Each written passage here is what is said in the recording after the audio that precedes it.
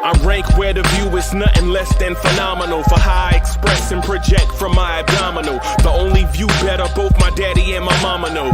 No living parents, my sons give me balance. My wife is my serenity, this mic is my identity. The world is foul enough, that's why I write without obscenities. Provoking danger with broken language and spoken anguish. Begging to get hurt, why would you ask to go through changes? Yes, Lord, life's a chessboard, master the angles. Control the tempo, be the one who holds the info. Acknowledge is just as deadly as machete swings. When spoken, the truth is as potent as that Medellin. While others swear the style is free, I just let it ring. Our time is undervalued, soldiers make us better kings. My family's on my shoulder, reaching after better things. Today I take the shot, for them I'd rather set the screen. My mama told me follow my dreams. My daddy told me get it by any means. Stand tall, make him bow to a king. But I've evolved, you can see the result. Look in my eyes when you speaking to God. Life and for those who we caught up in using what I was called with the muse. I guess they call it proving I'm more than an artist. Penciling out my darkest while stenciling out a harvest. And storing what gets me from A to B, just like garages. Instrumental with collages. Envision what I've been drawing. Broadway to give you rhythm like the great Lena Horne. So bent on, found comfort in the storm. Find peace and on when you see them others perform. Organized chaos, I'll cast it like hey ya. Yo, party people in the place to be. What's good? It's the number one chief rocker in Knicks universe, Uncle Freezy, and welcome to the Knicks Morning Drive. What's good? Feeling good after a dub. Feeling good. Feeling good. What's good, chat? What's good? What's good, party people? Yo, blue tears, orange tears, Blorange tears. What's good? Throw your hands in the air and wave them like you just don't care. And if you got some loot and a stick of juicy fruit, somebody say, oh yeah. Oh yeah. Scream!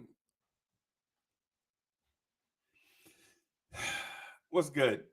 What's good, party people? Man, feels good to get a dub, man. Man, W's feel good, man. W's feel good. Thank you.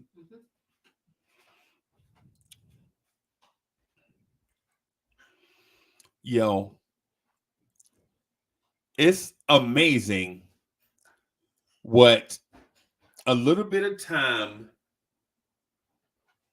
and a little bit of confidence can do for a young player's game.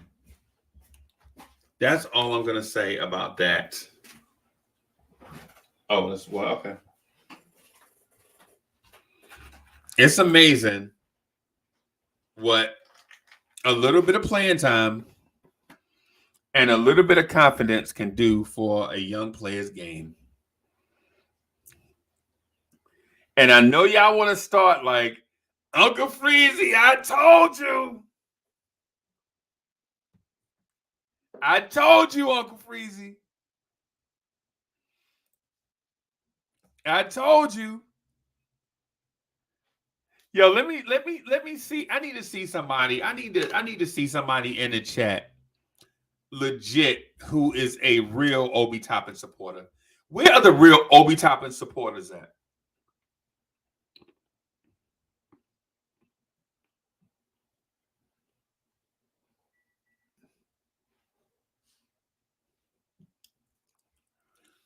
Yo, chat. I need to see somebody in the chat that is a real Obi-Wan. Right? Where are the Obi-Wans at?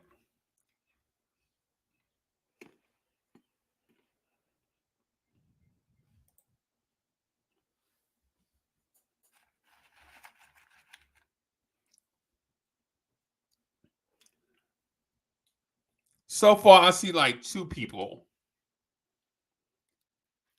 Only 2 real Obi supporters.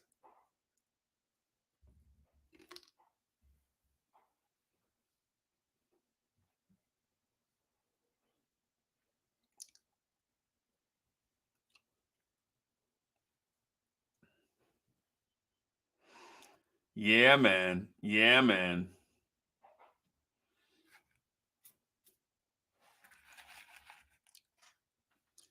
So the thing with me and that player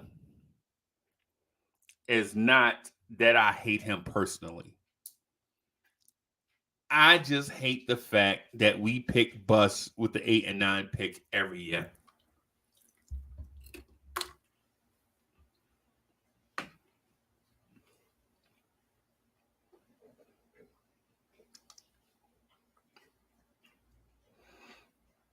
Oh, I see y'all. Oh, I see y'all now. I see y'all now. Okay. Okay. All right. All right. All right. I see y'all now. All right. Salute everybody. Let me do a thing real quick. That was my tip off, right? Right? Minutes and confidence makes you a better player. Let me just throw this link in the chat real quick. It's not about me. I just want to have a grand conversation. Just, if you jump in, remember the rule. If you come in here, you whack, you getting booted. Period.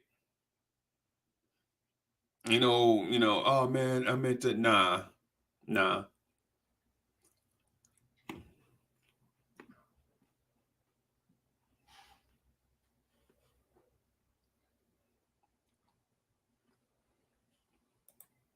Wow. Would rather see Obi Toppin than Julius Randle. Wow. Wow. Wow.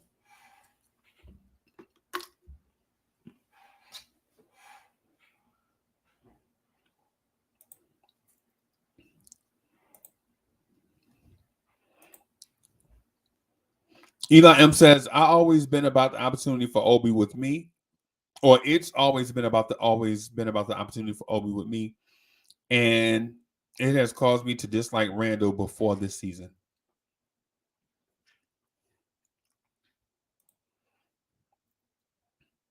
So somebody says, quote, Obi is trash. Obi is not an NBA player. Who said that?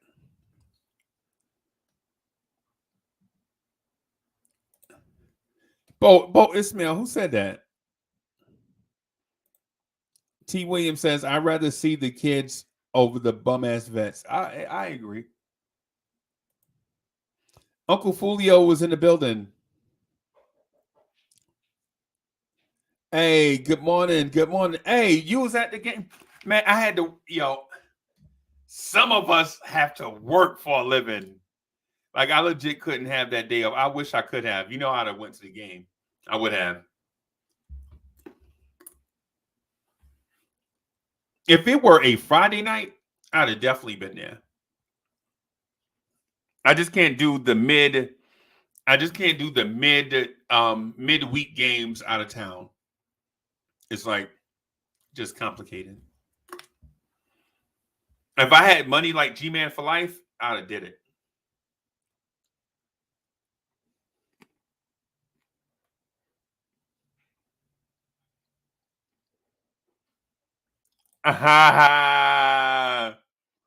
Okay. All right. I'll pay you.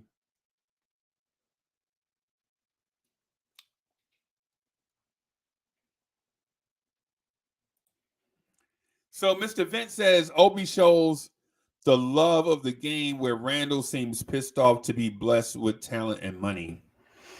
I disagree. I disagree with that. Randle does, in my opinion, Randle does show love of the game. And I think Obi is like the backup quarterback that is beloved around town.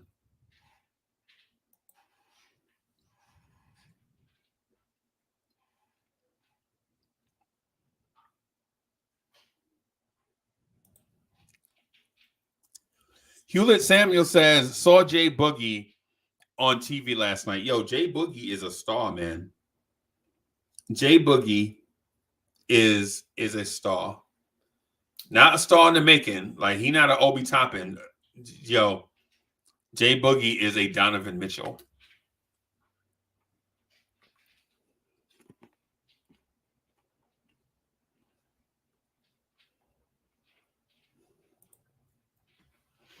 Obi has potential.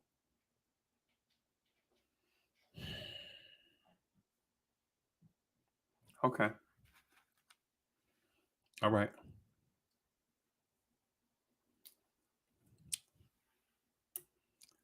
I agree with this comment. This is what I'm waiting for. I'm waiting for the Deuce McBride breakout game. And y'all, listen, there's a Deuce Hive. And when this thing happens, y'all not going to be able to contain us. We're going to be too obnoxious for y'all to even be able to contain us.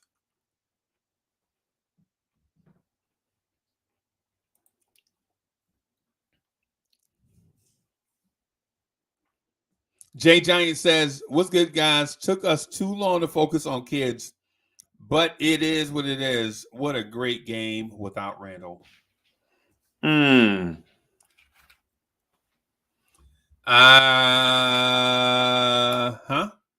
What? Huh? Let me check something.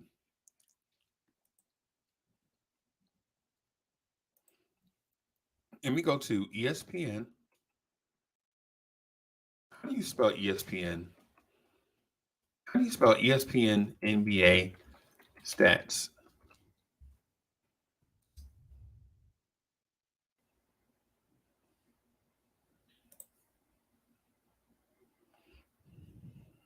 All right. So we want to do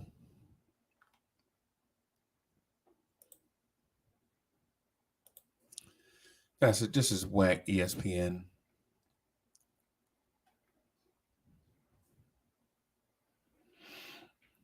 Let me go back to NBA stats. Go to team. Right? Go to defensive leaders.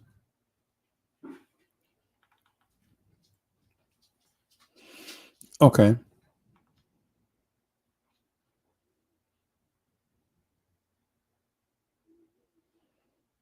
So the Charlotte Hornets have the 28th ranked defense in the NBA, just ahead of the great defensive stalwarts Sacramento and the Houston Rockets.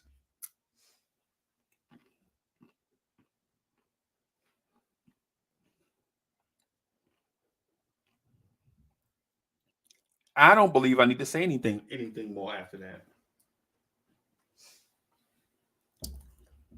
Obi Toppin had a great offensive game against the third worst defense in the NBA. Great job, Obi.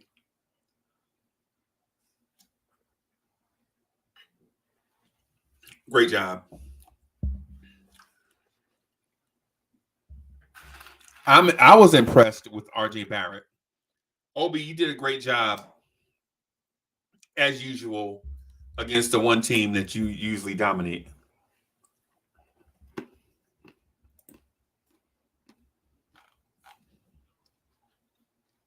Great job, Obi. Obi Toppin, you had 18 points, 11 rebounds on 11 shots. Great job. Let's see those numbers. I want to see Obi continue to get the opportunity. I want to continue to see Obi get the opportunity. Who do we play next? Who do we play? Who do the Knicks play next? Because if Obi does that, puts up those same numbers 2 games in a row, I might be able to change a little bit.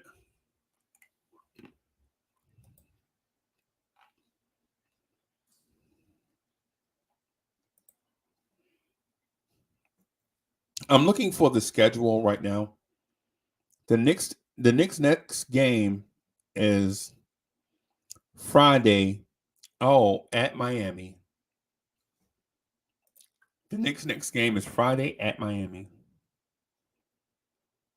Obi Toppin, if you do 18-11 against the Miami Heat in Miami, I just might stop calling you a draft bust for a little while.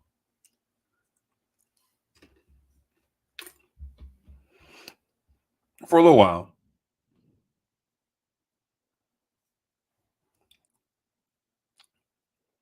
Eli M says, how is Randle our power forward, but he doesn't have the vision Obi has? I don't know. That's a great question. So I'm going to go to statistics again, to defensive leaders, and see where the Miami Heat rank. Just to make sure that we're making a fair comparison. Because if the Miami Heat are 27th, 26th, or whatever in defense, and Obi does the same thing, then we'll have a level of consistency there.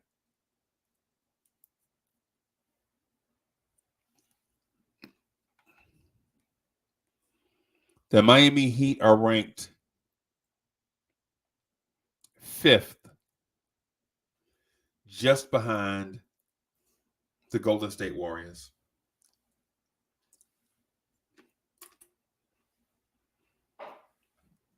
So what do y'all think? Y'all think Obi Toppin can have a repeat performance Friday night? Without Randle there, I say yes. I don't know who the power forward is for the Miami Heat right now. Do the Miami Heat have a stopper at power forward?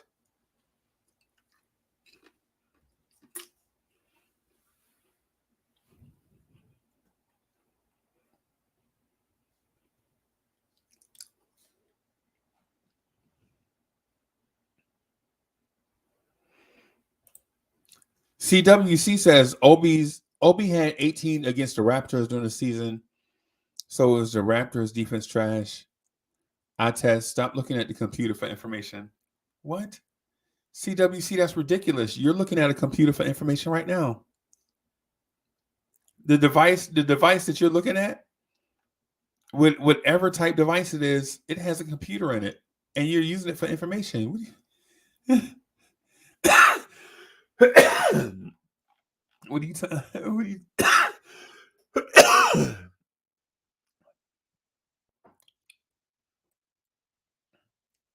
Oh man. Hardwill says, why would they need a stopper if Obi trash? No, that's not what I'm saying. What I'm saying is if they have a stopper and Obi's numbers are down, then I can understand. That's the point that I'm getting at, Hardwill. Not that he's going to dominate regardless whoever they have. What I'm saying is if they have a stopper and his numbers go down to 15-8 or something, then I can understand.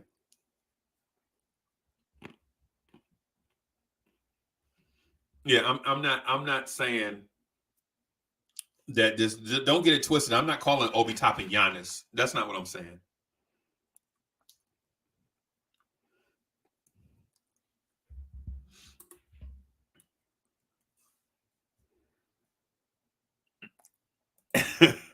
Hey, look at he's so mad that the kid played good. is making him sick. No, man, come on. Don't do that. Don't do that, y'all. Don't act like that. That's not what I'm saying. I'm not hating on the kids. Man, I just said I can't wait for the Miles McBride breakout game. There's a Miles McBride hive. I just said that like 8 minutes ago. I legit just said that. I think we're going to have to start getting a gatekeeper for the people that we allow in here, because sometimes the people that come in here, they just say random stuff that have nothing to do with nothing.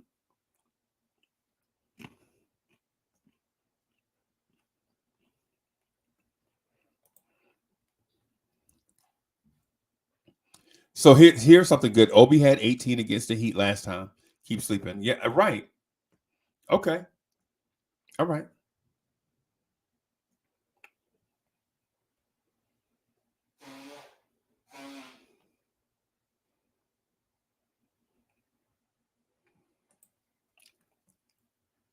Julian Tran says PJ Tucker gonna be a tough matchup for Obi. I would say so, but if Obi is playing with confidence and if the ball is moving, if the ball is not stopping, and everybody is playing together, I think Obi can still be productive. Would y'all agree?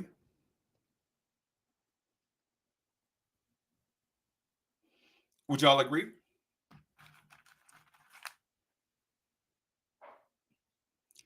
If Obi gets to start and Randle don't play, right? If Randle don't play, Obi gets to start.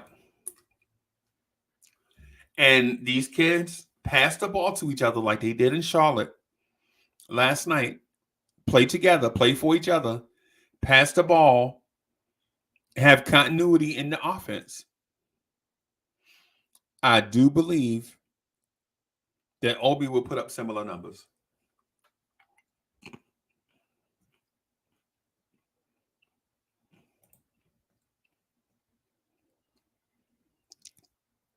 Jay Giant says, if he continues to hit that corner three and attack like he is, he will be okay. I just want him to take rim protection seriously.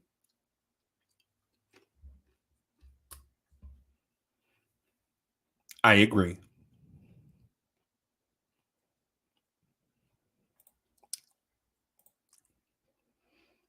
Haduka Sharon's No Life Pod. What's up, Duke? What's good? Duke says, who would have known a ball stopper Randle gone would make the ball move?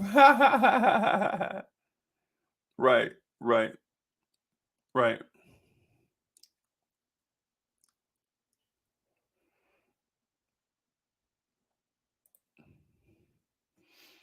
Will said, if they all play better with ball movement, is Tibbs more to blame? No. Tibbs is not to blame. Last night they ran the same stuff. I watched the game. I was here. They ran the same stuff.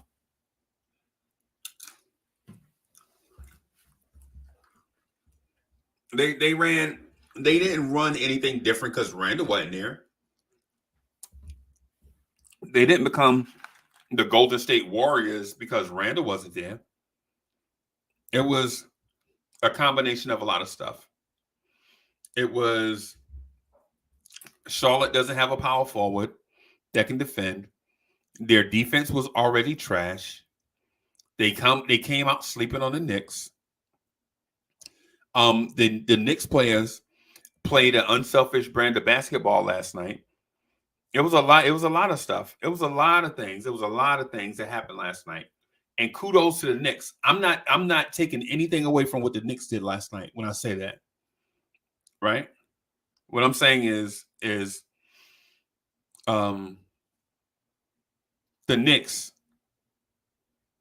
beat the Hornets because they wanted to win and they played more of a team brand than hero ball. Because last night,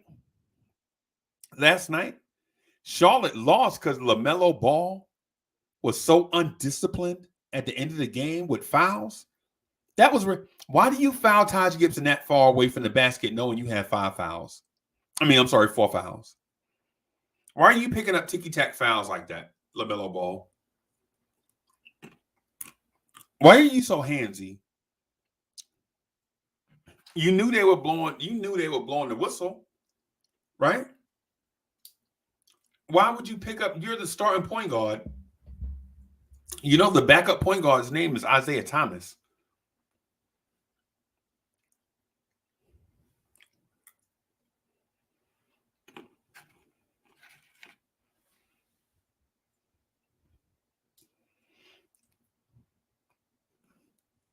Troy Flett was good.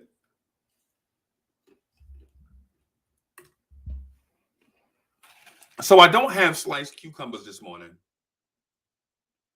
I have pistachios.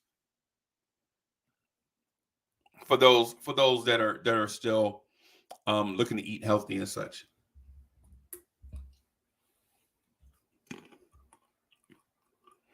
Ron Cleveland is in the building. What's good, Ron?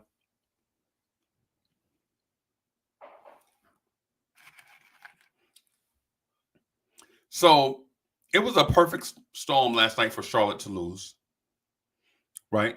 LaMelo Ball was undisciplined.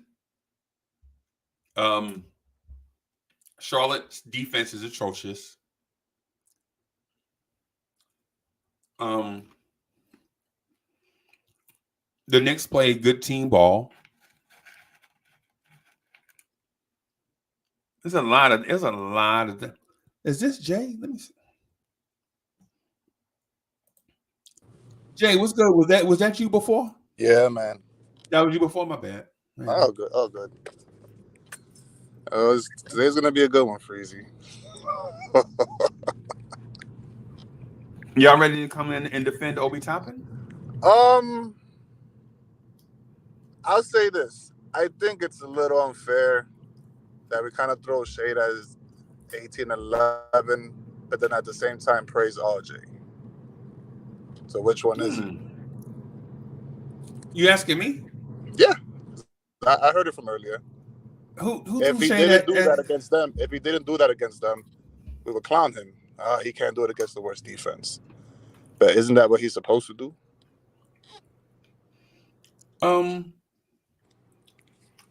Let's first give Obi credit for doing what he did.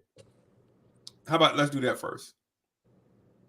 A double-double in an NBA game is not easy.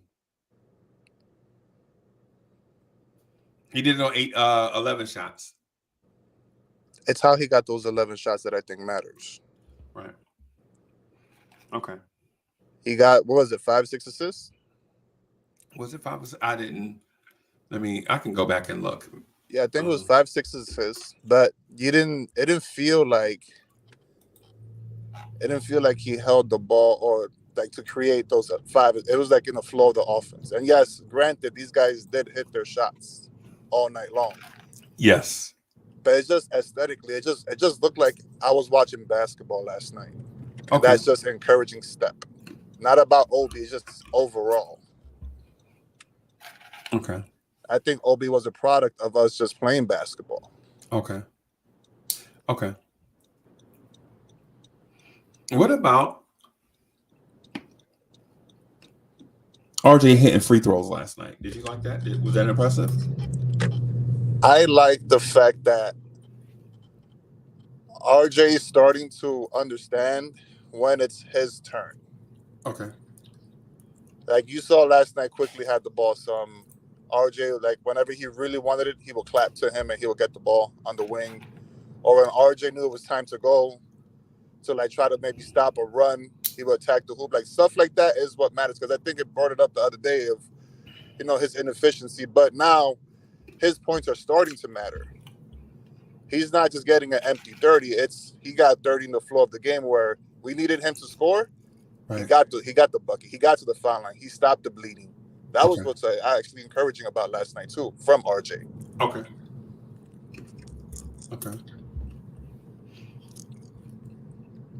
I could agree with that. My only frustration with last night's game is Evan Fournier and Alec Burks both played over 33 minutes. Right? And Miles McBride played 11. To an extent, I feel like, man, I was watching the game last night and I'm just thinking to myself, you know what would have really been the cherry on the top, man, right now? Oh, if we would have had Cam Reddish play last night. Yeah. Oh, man. It gives you so many answers going into the offseason of what you want to do. Right. Man, what could have been? Well, right. Right. What I would say is Tibbs is a lot smarter than what people give him credit for. And you see what happens when you handcuff a coach. All right? That's what I would say. I've never seen Tibbs coach a guy harder than he coaches Obi Toppin, bro. Why would he coach Obi that hard if he didn't care about him?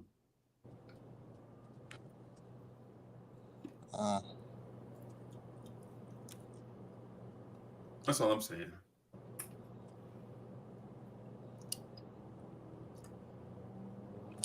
It also could be from the moment he maybe first saw eyes on Obi from the college game, Obi learning the game. Like, he's been such a late bloomer. Maybe Tibbs saw a lot of bad habits he was trying to get out of his game. Right. So let's throw him a couple spot minutes here and there. I'll pull you so you can understand why I pulled you for. Because every time Obi does a mistake, he looks back to the bench. Even yesterday, he kept looking back to the bench. So at least he's recognizing what his mistakes are. So that's a good start. But what kind of idiot would make the same mistake over and over and over again? If you make the mistake and you immediately know you made a mistake, is that not disturbing to you? Yeah.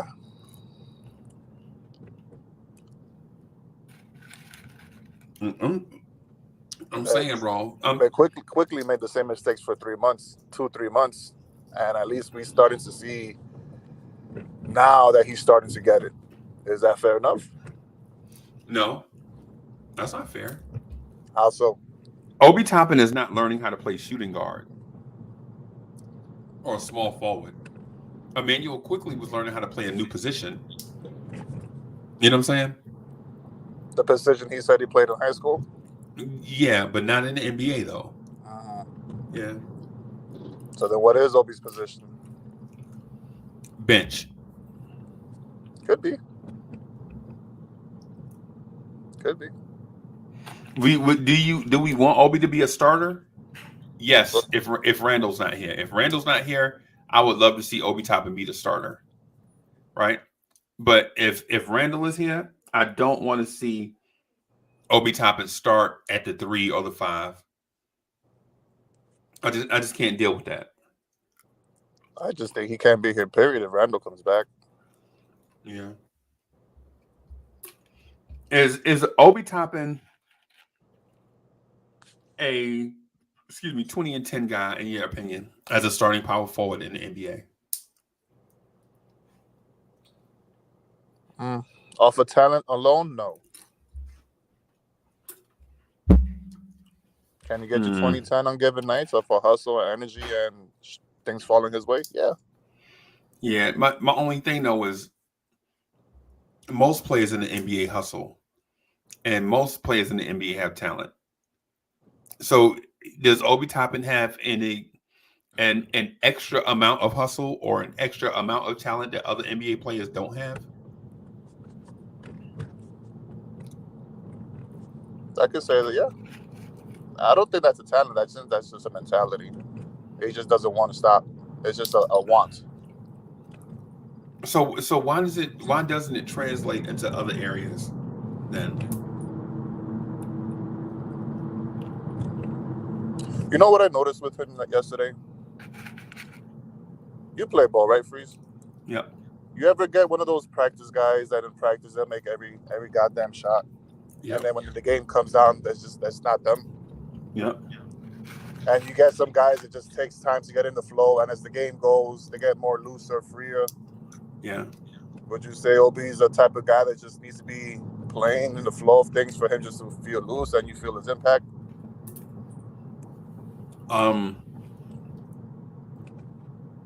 If that is the case, then he needs to reconfigure his workout regimen, because opportunities at anything are not just passed out and not just handed out willy-nilly.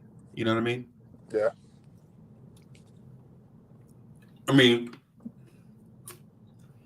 think about like your work experience. Like you start on the job, brand new. The boss is gonna come to you and like, yo, I know you just getting warmed up, but I'm gonna give you a promotion and a raise. No. You gotta earn that stuff. And it's the same thing with Obi. And I'm not bashing Obi. My only ill will towards Obi is that I get tired of us drafting dudes in the top 10 and they wind up being busts. That's it. It's not Obi Toppin, it's not his haircut or his tattoos or his role or none of that. Right? It's the fact that we constantly draft in the first round and constantly draft. You remember Jerry and Grant? Yeah. You remember Sam Hardaway Jr.? Uh-huh. You remember Frank Ntilikina? Oh, God. You remember Kevin Knox? Yep. So going down that path is Obi Toppin. Should I be excited about going down this path again?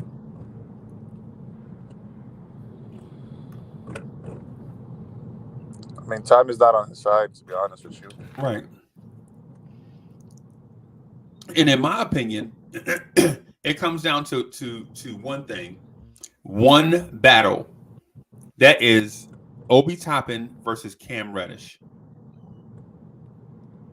Which player does Uncle Freezy believe is legit gonna be a real NBA player? Cam Reddish. I already know Cam Reddish is. Or Obi Toppin. And I saw it last year in the playoffs firsthand. Right. Against the Bucks at the NBA champions. Right. They're drafted in the same range, somewhere between 8 and 10, right? And one guy shows you something, and the other guy is just, you know.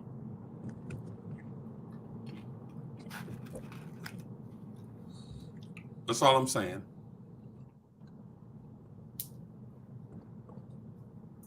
You know what's funny? We're watching the game last night, and I see Obi doing, Obi things.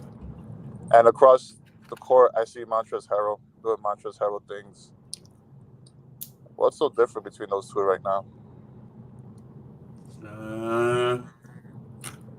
Not Both sure. energy guys, Yeah. off the bench. Yeah. No real definite NBA skill set. Too small Right. to play the 5. Yeah. Too muscular to play, too stiff to play the 3. Mm-hmm. Yeah.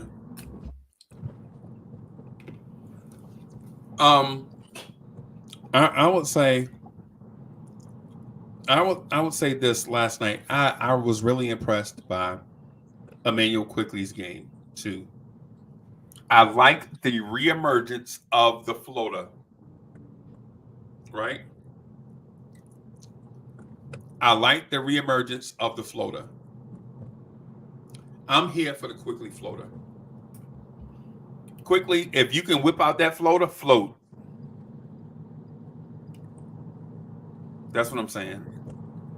Miles McBride was 3 for 4 from 3, and he was struggling with the 3. So he shot 75% from 3 last night. I think Ron Cleveland said, I'm talking like we lost last night. So Ron, we didn't lose last night. We won, right? But what happened the night before that? Did we win that game? What I'm saying is what I'm talking to is not the the wins or the losses. Because if now's the time. Hold on, before we do that, let me do this. I'll put this thing in the chat for my man to come in because he probably got a different side that he wants to speak to. Right. So what I'm just pointing out is like truths about what happened. I don't think. Let's not get it twisted. I don't think Obi Toppin saved the game last night. I don't think we won because of Obi. Did he contribute? Yes. I'm sure he did. Yo, what's up, boss? What's going on, fellas? What's going on, Blorange? Tears Network. Freezy was good. Jay, what's going on? Danny Landis. What's going on, Ron? Hey. Yo, why y'all hate Obi so much? Oh, boy, Freezy, you witty, you know. You real witty, boy. What happened? Hey, I'm going to tell you, man. I'm going to tell you. Last night for me is exactly what I wanted to see since January. I saw all I needed to see last night. And not just Obi, man. The team as a whole looked better. Ball movement was exceptional. Energy was where it needed to be. Effort was where it was. Right. And you can't understate it enough what you said, Freezy, but when it comes to unselfish basketball, when you play unselfish basketball, everybody get happy when they touch the basketball. But when you got a guy that's clogging the ball up, everybody can't touch it, they ain't gonna be happy.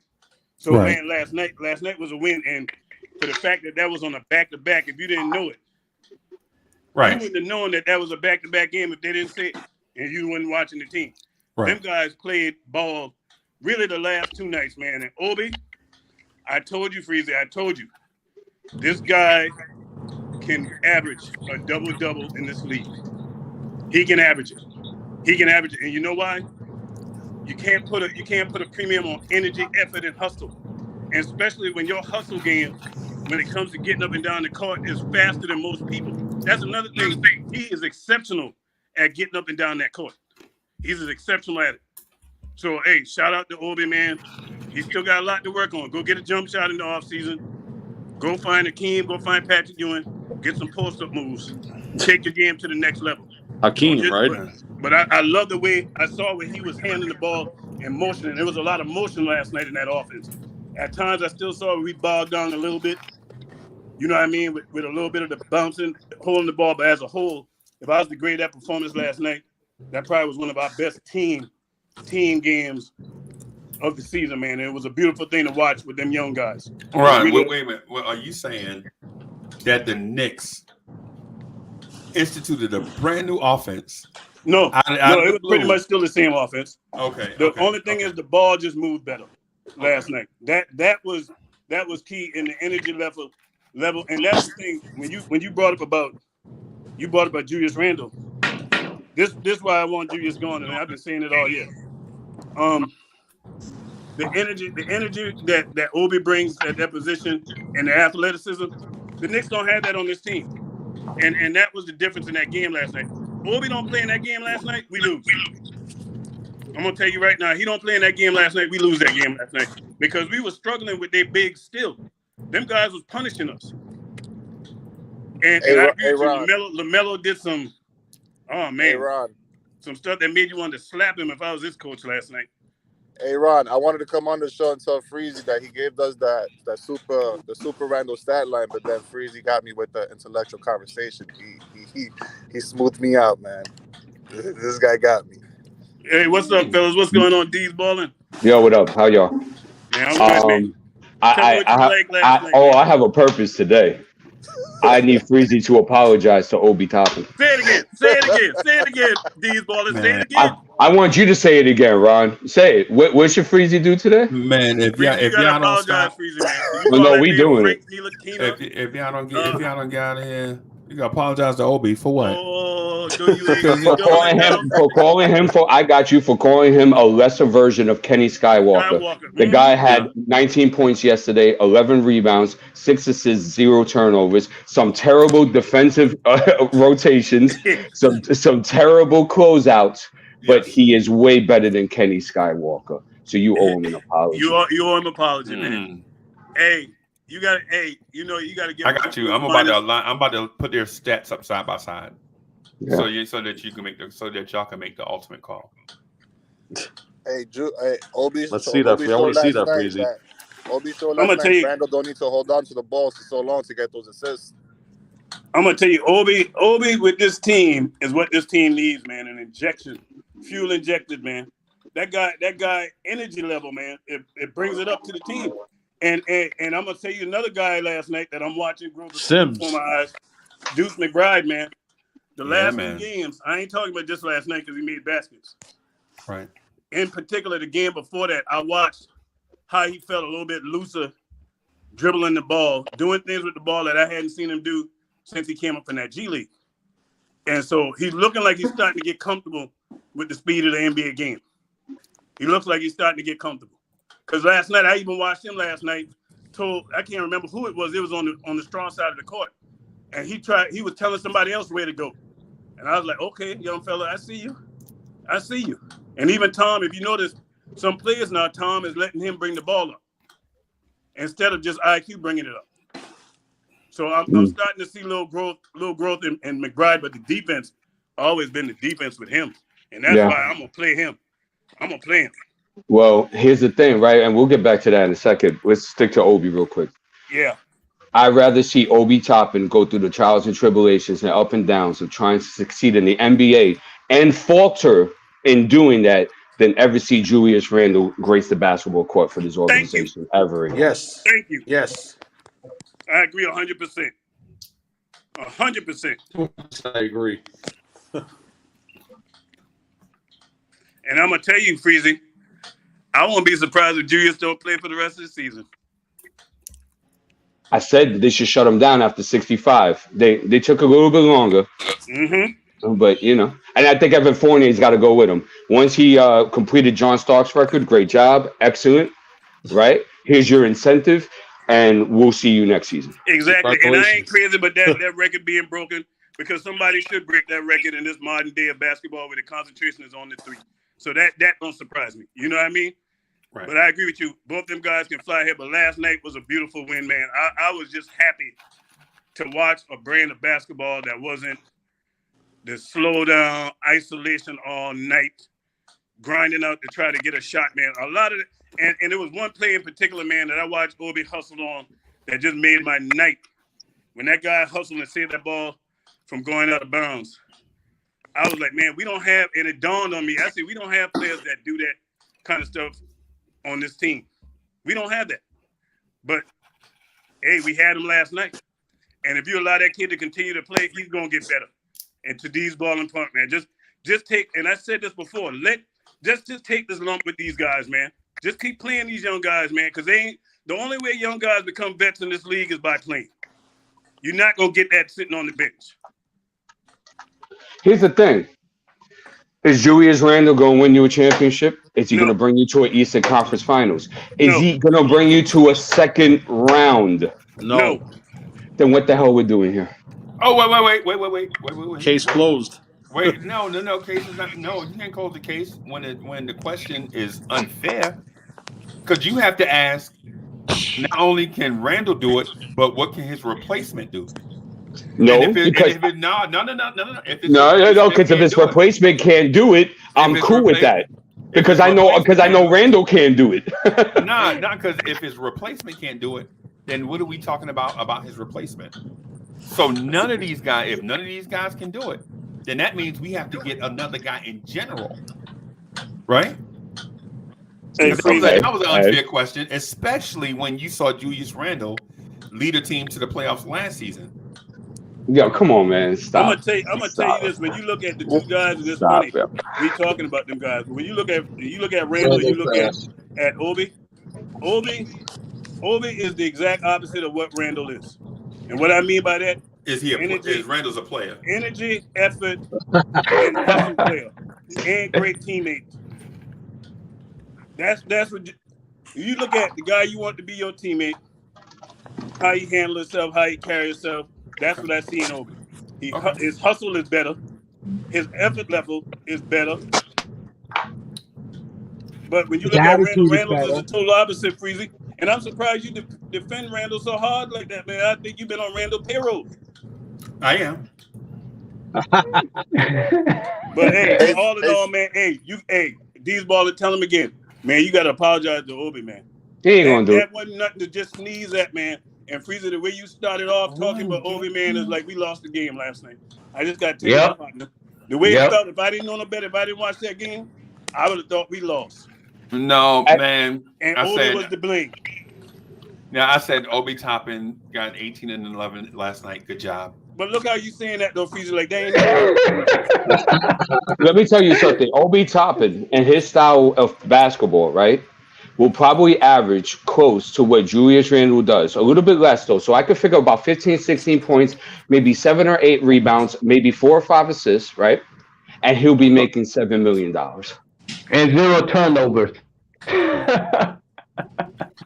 Hey, Freeze, when you said replace Randle, do you mean replace him in the lineup as a power forward or replace him as the engine of the offense?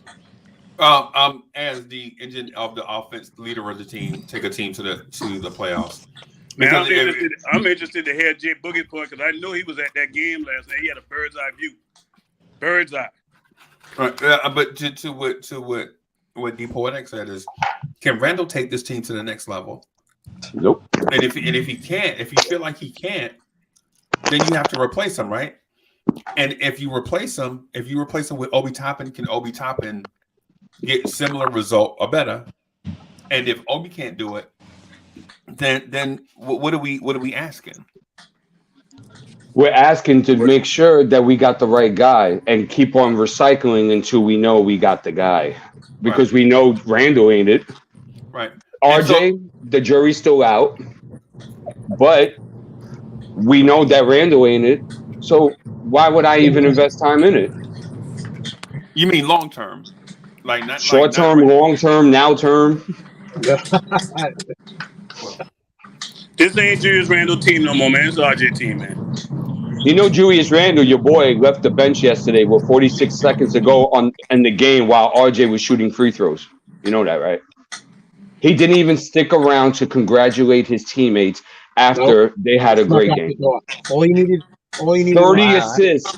30 assists as a team. How many times we done that this season? Twice. Twice before that game. 3 times total.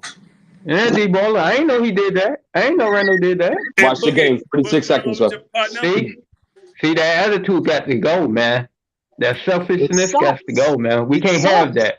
Hey, Boog, what's your viewpoint? You was at the game, man. I know you got some heat for us, man. I don't have no heat, but shout out to y'all great men. Shout out to everybody in the chat. Everybody rocking that orange and blue. You know what I'm saying? Staying loyal to our organization, this team that we love, and you know what I'm saying? We go to battle for each and every day, whether it's good or bad. But I'm so happy for the opportunity. The opportunity was given last night. And when opportunity is given, you can see what kind of results you can get. And this is the same thing that all the podcasters, guys on all the panels been saying.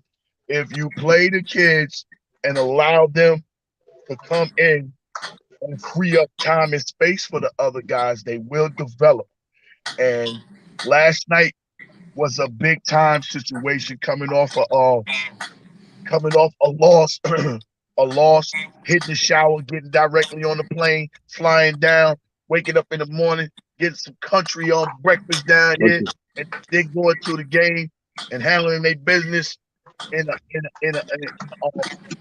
style environment. It was 40% turquoise and white in that building. It was 60% orange and blue in that building. And you can see how the guys' eyes got big and started appreciating the love, from the jump. You know what I'm saying? I'm just so happy that them guys had an opportunity to do any and everything. I seen a lot of things last night. One thing I seen with Quickly was telling them guys, yo, y'all better run with me. You better come with me. Quickly was steady pushing that ball regardless. You know what I'm saying?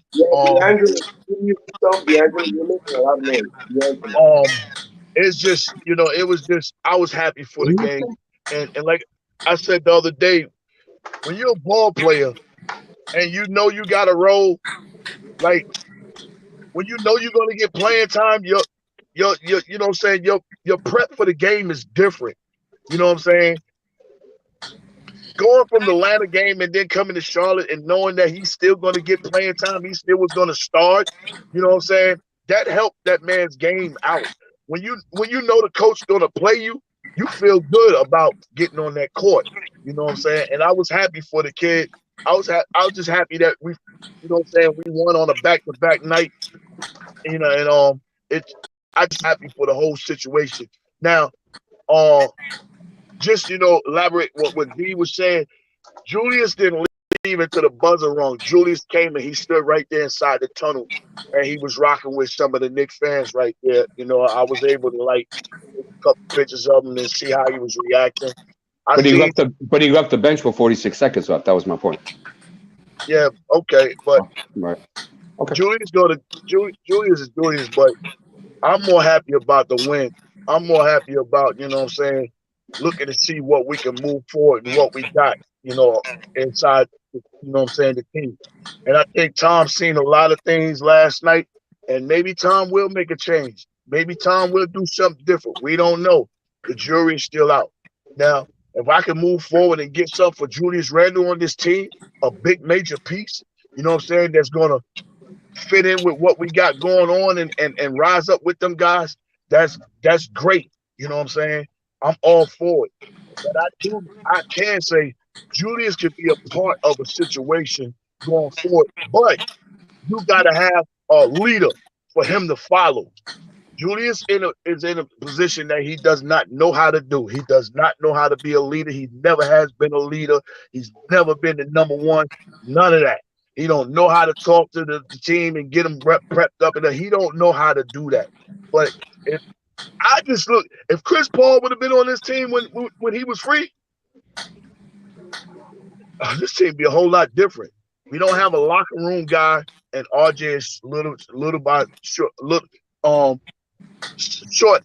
small steps. RJ is leading into that position. I want to send a shout out to Fulio too. I was out there with Fulio, and I was with one of my producers last night. But man, I'm happy for Obi because he had an opportunity. When you get an opportunity and you know you get ready to play, you feel totally different. And that man showed that he has a potential. And yes, whoever asked that question, can he average a double? Can he average 20 and 10 in this league? He can because he's a runner. And I'm happy to be with a celebrity, man. When I saw you at the end of that game, man, I was like, I'm just podcasting. And so it's just you gave us a lot of energy as a person from the Knicks universe. That's all of us, man. That's all of us, man. That hoodie was fire. Well, I got to get the link for that hoodie. That hoodie you had on was fire. I appreciate it, man. I appreciate it. Hey, fellas, man, I got to run, man, but I'm gonna say this in closing, man. Hey, enjoy this thing. Like Jay Boogie said, man, this is what we were wanting to see. We got an opportunity to know that our young guys ain't trash, like a lot of people been saying. Trying to minimize what we got. This team is not, them young guys are not trash. And last but not least, I got to say this to my man Quickly. Emmanuel Quickly is starting to make me a believer, man. Because I was about ready to get him up out of here with Julius. Emmanuel Quickly is starting to stop taking them dumb shots he used to take. He's looking for people, and that's all I ask, man. I'm telling you something about me. When it comes to basketball players and players I like, I've never liked selfish basketball players. Never have and never will. That's why I love what I've seen last night. And hopefully it continues, man. Y'all have a good day. Blorange Network, Knicks. It's our time, man. Let's get this rebuild running in the right direction, man. Let's go. No doubt. But concerning with RJ. Hold on for just a split second. So Paris Duggar, thank you for your generous contribution. Paris Duggar says, wow. Was that my summer league team that doesn't matter because it was summer that I've wanted to play? But together, Obi, Grimes, Quickly, Sims, McBride. Hey, man. I'm with you. Thank you for that too, bro. With RJ and Boogie was talking about it.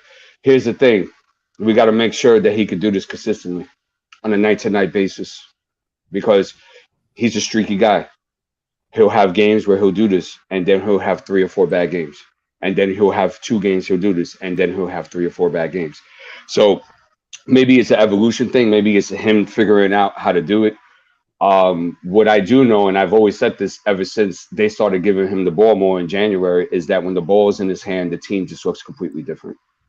And whether RJ is primarily responsible for that or secondary, regardless, it still looks different.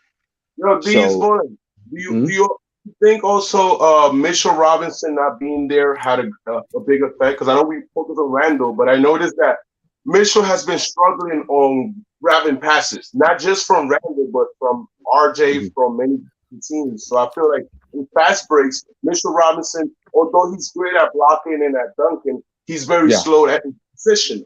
So I think it makes a difference having, obviously, Tosh in the leadership role, but Sims is just, you're starting to see the sync between Sims and the guys. Also, Obi's way to move around. I like the way he put something yesterday. But I think the difference was not having Mitchell, because Mitchell sometimes could be a little blunder with the hands. And the free throws. He's also a liability with free throws. So the Mitchell Robinson not being in the game, do you think that's a plus for us? As we're at an off-season that we have to bring this guy back. But in reality, we have Sims at the backup. For Ron Hunt, I've been searching that we picked a few weeks ago.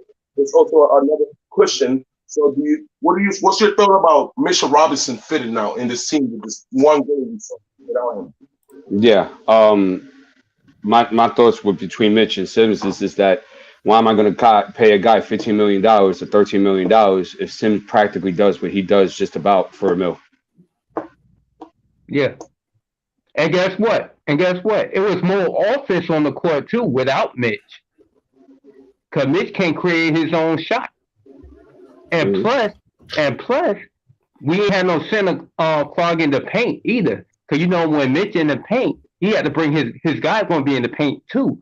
So that lead people penetrate in the hole. And that made it easier. You see how quickly was going to the hole when Mitch wasn't there.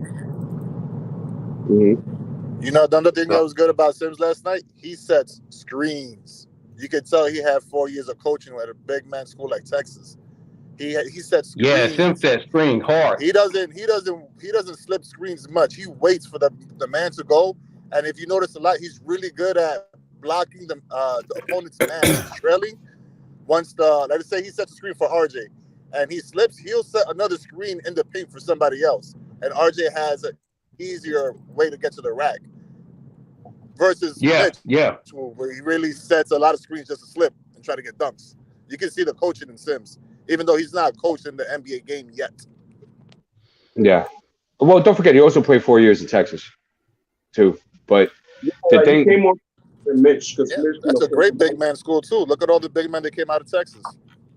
Correct. So the thing with Sims is this, that he can foul out every game. It doesn't matter.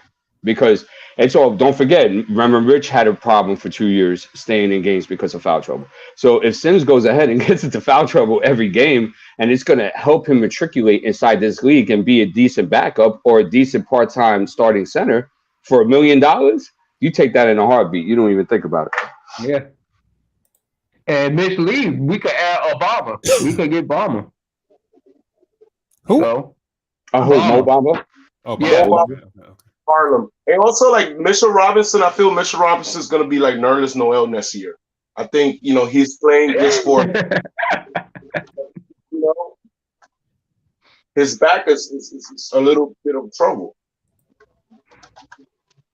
Right. Y'all liked IQ yesterday? Yeah, IQ, he did his thing. I like that. You know what my problem with IQ is? Dribble, dribble, dribble, dribble, dribble, dribble, dribble, dribble, dribble, dribble, dribble. And then he goes like this. Dribble, dribble, dribble, dribble, dribble, dribble, dribble. And then before you know it, there's 9 or 8 seconds left in the shot clock. And then he makes a decision. Yeah, he had to learn. He had to get better with that. That's the problem. So If you want that to be a point guard, that's fine. I'm just saying that just get used to dribble, dribble, dribble, dribble. Oh no. We need a real point guard. He could be like somebody coming off the bench as a point guard, I as think a he'll make a combo guard. Well, you want to call it. right. I think he'll make a great traffic cop because you know how traffic cops, you know, they go like that and they tell him to go this way and then come that way, right? He's great, and that's what he does. He does that very well while he's pounding the hell out of the basketball. So I'm not the biggest IQ fan. I think he's just doing the best he can in the half court set. He's really not a half court guy. He's really not, a complete point guard. He's always put the wing. You know what I'm saying? Even when he was at Kentucky, coming off the bench, you know what I'm saying? The ball wasn't in his hand. He was one of the guys that would receive the ball. You know what I'm saying? Well, IQ is great in transition. So if you're going to have IQ for his transition, you know what I'm saying, pushing the rock, you got to cater a little bit to his style of play and make sure he's surrounded around guys that's going to clean that glass up and Windex it, and let's hit that floor and go off running. You know what I'm saying? Because you don't want him to be too fast for the guys, you know what I'm saying, they can't run and keep up with him. You want to utilize and take advantage of his speed. When it comes down to being in half-court sets, you know what I'm saying, he's okay with it. He still has a lot to learn. He's still learning. But for right now, we have to take him and deal with it because that's really all we have going on. But still in all, the man is growing in a few ways, you know what I'm saying, in his own way. He's learning how to play basketball instead of just most people just want to develop skills, but they never develop the fundamentals on how to play basketball. See, that's what separates the great ones from Magic and Larry and Mike and all them guys. They won't just skill set. They knew how to play basketball and when they had to play basketball. You know what I'm saying? So, quickly just got to, understand a little bit more as far as basketball half court's game and understand his teammates. But he's been doing all right, getting his teammates in position. They playing a little bit better.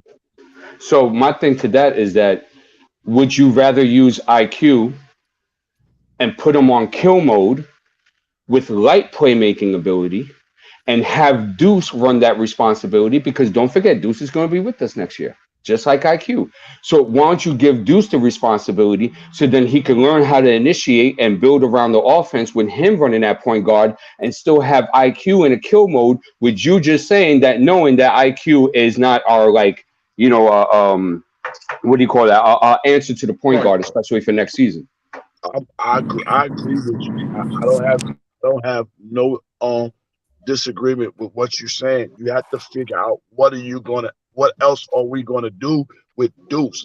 He has to be more than just an on-ball defender. And then last night in the other game, also I seen Tom playing that dude against guys that don't handle the ball. You know what I'm saying, taking him away from his strengths. Like he was checking Brogdon and he was checking what's the guy with the braids in his head last night? That came from Boston with the Charlotte. Rozier. Yeah, he should have been checking the guys that's going to handle the ball. That's his strength, on ball defense. But we got to figure out what are we going to do with Deuce. You know what I'm saying? Because I think Quickly's a better shooter. You know what I'm saying, to him. But I think Deuce might be a better catch and shooter. And Quickly want to play with it. You have to figure out, if you want to make Deuce into a point guard, you need to start putting him in the lead role, playing point guard. And like you said, let Quickly play off the ball so he can be that cannon, you know what I'm saying, which we know he is, man. He's got to figure it out, man. But it's not going to happen overnight. It's going to be a process, you know what I'm saying, with it. But the good thing is, last night, I hope they saw what we've been seeing for a while. And if they take heed and rewind some of that filming and utilize that, then we're in, you know what I'm saying, the perfect position for the future to keep moving forward. You know what I'm saying? But if they don't, you know what I'm saying, then, hey, we're going to stay in the stuck mode where we've been at, man. But I hear you. Hey, look, he made 3 passes yesterday in 10 minutes and less than 2 dribbles.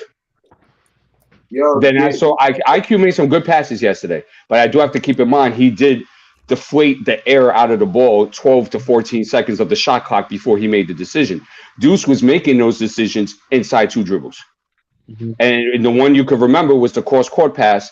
I mean, the cross pass to RJ on the corner. IQ ain't making that pass, bro. So for that, let me see him just run it for 20 minutes and just see where it goes, especially if IQ is not my long-term solution at that point guard. So it begs the question, right? If you're behind the sidelines and you and me wouldn't make that decision, then why is our head coach and the coaching staff making that decision?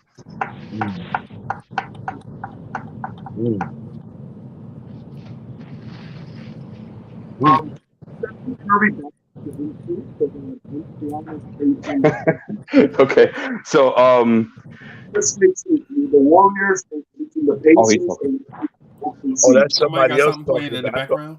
That's yeah, what I thought. it's gas, but I could barely hear him.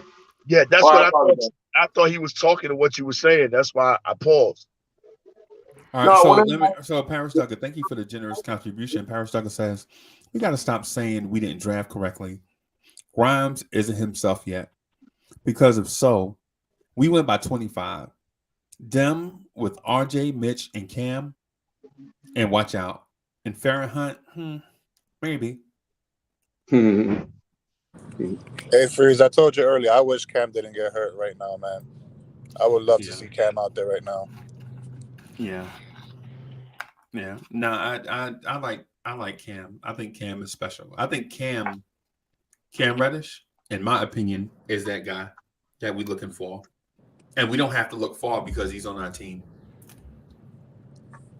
Touching up on your Quickly comment, one thing I do know that it drives me crazy is that when Quickly can get to the paint at will now, I don't know if dudes can do that yet. It's yet to be seen, so it's to be determined. Yeah. But I hate it when this guy, he has the guy in his hip, he gets to the foul line, he draws the defense, and it's that split moment, he's stuck. He doesn't know whether to shoot it, float it, or pass it out. And you see he already sucks in the defense, and it could be the easy reach to the kick out to the corners, but it doesn't process quick enough. I think that could be his next step. Not to be the initiator, but maybe a secondary playmaker. That's what I would like to see his role. Yeah, with the bench, I think that's perfect for him. Yeah, and I mean, there's a whole bunch of other questions too. Like, would you have brought Grimes back this season? He looks bad right now. He doesn't look healthy. He just looks out of rhythm. It doesn't. I would have sat him and just let him rest and rehabilitate his knee so he comes to 100% full strength next year. We're not playing for anything. We can't even get we're going to get a 9, 10, or 11th draft spot if we continue at this pace. So we eliminated, ain't we? We eliminated, right? What, from the play-in? No. Yeah. I don't think mathematically yet. No. Oh, okay. No, we got to go like 9-0, and Atlanta got to go like 1-9 for us to even have a shot to tie. Well, if we get eliminated, they should start McBride. Atlanta's not the target. That's what you got to know. Charlotte is the target. That is the target. We're not catching Atlanta right at all. They're the rest of their schedule. It explains to the league that we're in the play-in. Somebody gonna have to deal with us. Now Charlotte has a tough schedule. They got to play against some team, and then we got one more game against them. You know what I'm saying? And them guys' mind frame and their heart, they want to play all the way out. Right. And you can see it in the young guys. They want to play. They got something they got to prove. They want to prove that I need to be on this floor. They want to prove I need playing time. So if they feeling like that, you know what I'm saying? Then you got the guys that's in front of them, like, well, shoot, they trying to take my spot. I got to play the best way I can. But in their mind frame, they're thinking like, yo, we got to play all the way out. They're not laying down. And if Charlotte slips up any type of way and we get any type of way going that way. Bilgy, how many games we have left? 9. We got 9. Okay. We're 5 behind Atlanta, and we're 6 behind Charlotte, even with that win yesterday. Okay. Right. We face Charlotte once again, right? No, of course. But the fact that we're 5-6 games behind these guys, right? And it's only 9 games left. Right. That's really tricky. So that, let's just run it with the young guys and have those young guys play real hard. Have them go 0-8. I mean, 8-0, whatever. Have them do it, but at least just run the young guys. I want to see how Obi looks in the next 9 games. I want to see how Deuce looks in the next 9 games. Like, I want to see how certain rotations look with RJ playing a small ball 4 like they did yesterday, right? with Grimes and IQ and Deuce that looked really good defensively. They were having a really hard time with that. Want to see that more. So that will let you know what you need in the draft too. I want to ask you guys a quick question about Sims real quick. Yeah. Y'all remember the play when Miles Bridges caught the pass and he dunked it in the fourth quarter and Tibbs like emphatically came on the court and called the timeout? Called the timeout, yeah. Because you guys Sims. Hold on, let him finish. My question was, do you take that as a coaching moment that Tibbs did purposely for Sims, or you thought, man, that was whack. He never does that for Randle. No. I thought it was over dramatic. I thought it was unreasonable because you were still up 11 with that bucket. No, I think I disagree. I think Tibbs was right on point. I think so because he snatched Sims out of the Portland game for giving up the same play for the same thing. Yeah, they ran a drag across, and Sims paused and committed instead of committing to one defender or the other. And yesterday he did the same thing, and Tibbs immediately went out on the court, and you can tell it's something that the coaching staff had talked to Sims about. Hey, Freeze, you know what? I like that to Randle? Do that to Randle when he made that mistake? But that's not the point. Whether he do it, yes, it is because that's kind of biased. That's stupid. Freeze, Randle didn't play yesterday. Did Randle do that yesterday? Wait, first of all, that's not stupid because CWC is quoting. Stupid. No, he's quoting biasness. He's saying that if you're gonna do that to Sims, listen. No, if he's gonna do that to Sims, he's got to do it to Randle. He has to do it to Evan. He has to do it to Burks. But in that moment, he's not teaching Randle and Burks. In that moment, he's teaching Sims. Yes. Yeah. Come on now. Come on. I do agree with what D-Ball is saying. I do feel like it was a little bit melodramatic on the stage there's a Randle with my left. But my point was Randle wasn't even on the floor. Randle was in street clothes. That's not the point. That's exactly that is not the point. Look, if I had to waste timeouts, if I wasted a timeout like Tom did there for a teaching moment, I would have 0 timeouts left at the end of the first half in teaching Julius and Evan and Burks how to properly close out on help defense. But guys, my question to you guys now is that isn't this why we wanted the young guys to play, so we can have these encore experiences for us to have these teaching moments? We won't never care about this timeout. Jay, but listen, but Knicks fans wanted to be Hannah Montana. They want the best of both worlds, right? Nobody's gonna remember. They want the kids to play and play through mistakes, and then at the same time, they don't want Tibbs to say anything to the babies. Right? No, that's a false narrative. That's a false narrative. That's not what we're saying at all. That's what I'm hearing. Because what I heard was when Tibbs got a teachable moment where he could teach Jericho Sims about making the same mistake over and over and over again, he called a timeout there. Coaching staff immediately go to Sims like, dog, what are you doing? Didn't we already go through this? The Knicks already had a lead here. They could have either let that mistake slide, right? And then let it happen again and again. Right? So hold on. So you have to call a timeout in order for a mistake not to be slid? Because we could go ahead and correct them coming right back down. And especially if we're scoring, we're up 13, they're going to probably run the same stuff because it just worked. So I don't get it. It's still a teaching moment. So he had to go crazy to call a timeout up 11 to tell Sims to go ahead weak side a little bit quicker because Burks is going to be your help on the corner. I could have told him that him running down the court. If it's not your first time doing it, then I don't see why you wouldn't scream. But if you keep doing it, and Freeze pointed out the other game, yes, it is a teaching moment. Nobody cared about RG's play today, but nobody brings up that Tibbs pretty much screamed at RG the other game to pass the ball. We didn't have that issue today. But once it's already done, we don't care about the optics of it once it's already passed. We won't care about this timeout anymore moving forward if Sims does this rotation while he's here in New York. Okay, so let me ask you a question. This is what we wanted. Let's not throw shade at Tibbs for coaching now. Okay, let me ask you a question, right?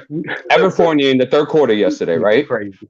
They are crazy. They let a transition, right? No, y'all crazy. No, so listen, y'all crazy. So how you gonna call me? How you gonna sit there and call me crazy when the coach did his job? The coach coached a player. It was over dramatic. You could have saved the timeout. Right. Here's the point. So look, Evan Fournier, right? Real quick. I'll do this and then you got it. Evan Fournier, real quick, right? Yesterday, was on transition in the third quarter. He had Obi Toppin open in the corner. Obi's like, right. And But Evan purposely lurks him off. Right. Tries to do some dribble around LaMelo Ball, right? And LaMelo Ball, anybody could penetrate on LaMelo Ball because he don't play no damn defense. Right. And he goes up, he gets his stuff smacked, right?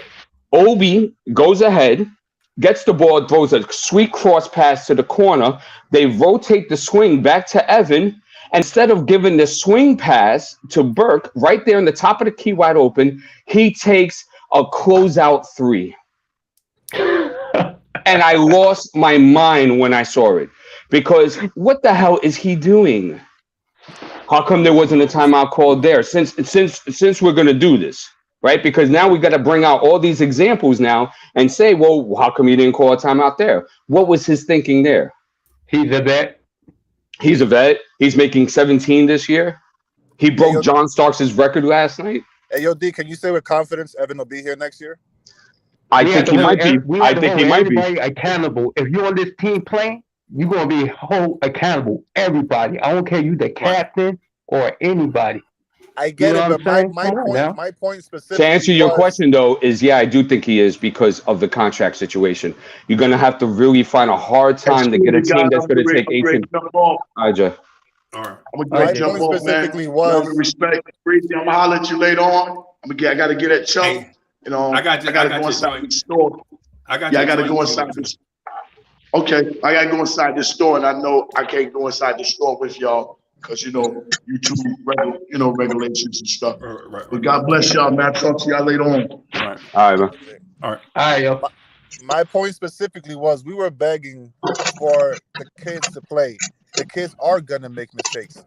Right. Yeah. We're seeing now that there is some investment in these kids' future. So I don't see what's so bad about. Was he overdramatic? Yes. Maybe Tibbs doesn't want to play these kids, but you see, he's coaching out there. Okay. I mean, that's what he gets paid for. He's supposed to do that. So I wouldn't take it as I took it as a coaching moment, and I actually appreciated it. That's what it was. It was a coaching moment of a young player.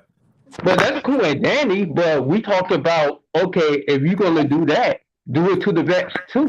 You know what I'm saying? You have to do it to everybody. You can't just do it to rookies. You can't just do it to rookies and young players. You have to do it to everybody. I understand where you and D Poetic are coming from, right? Y'all are saying that be fair to every like just be consistent, right? Yeah. Just be consistent across the board. No, right? That's what CWC is saying. What I'm saying is that it was an unnecessary timeout, and as Jay just explained, it was a little over dramatic. Because all that happened was that Sims came late on the help from the corner weak side. That's all he did wrong.